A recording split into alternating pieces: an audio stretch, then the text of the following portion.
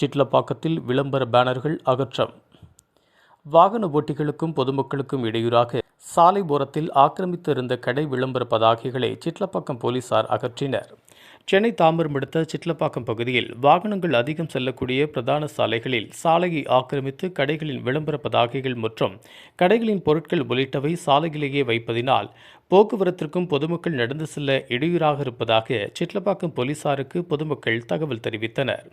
பொதுமக்களின் தகவலை தொடர்ந்து சிட்லப்பாக்கம் காவல் ஆய்வாளர் சிவக்குமார் தலைமையிலான 12 பேர் கொண்ட போலீசார் அதிரடியாக ஆய்வு செய்தனர்.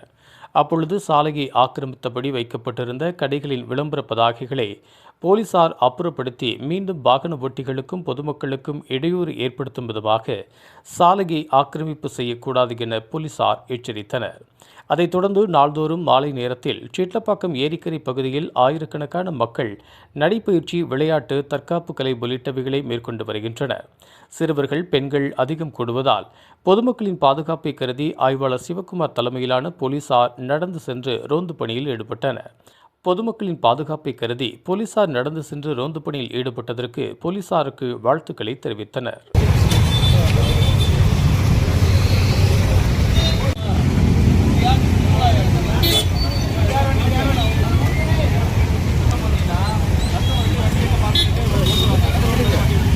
ஒட்டி விடுங்க, பிளாட்ஃபார்மை ஒட்டி விடுங்க.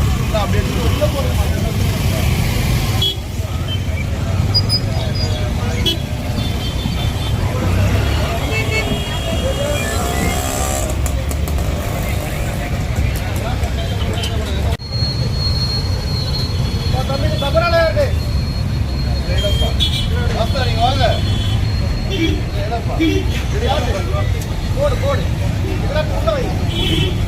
இடத்துல இல்லாம டிராஃபிக் இடத்துல இல்லாம வண்டியை இங்கே வந்து டிஸ்டர்பன்ஸ் போடுமா, டிஸ்டர்பன்ஸ் இருக்கக்கூடாது.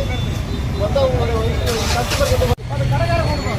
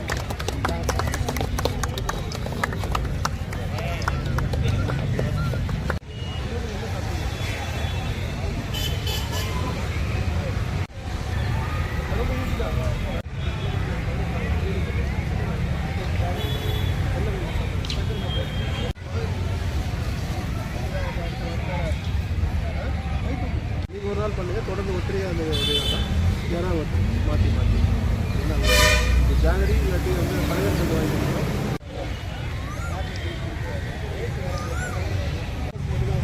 எந்த விதமான மைண்ட் டைவர்ஷன் இருக்கிறாரு, படிப்பு ஒன்றுதான்.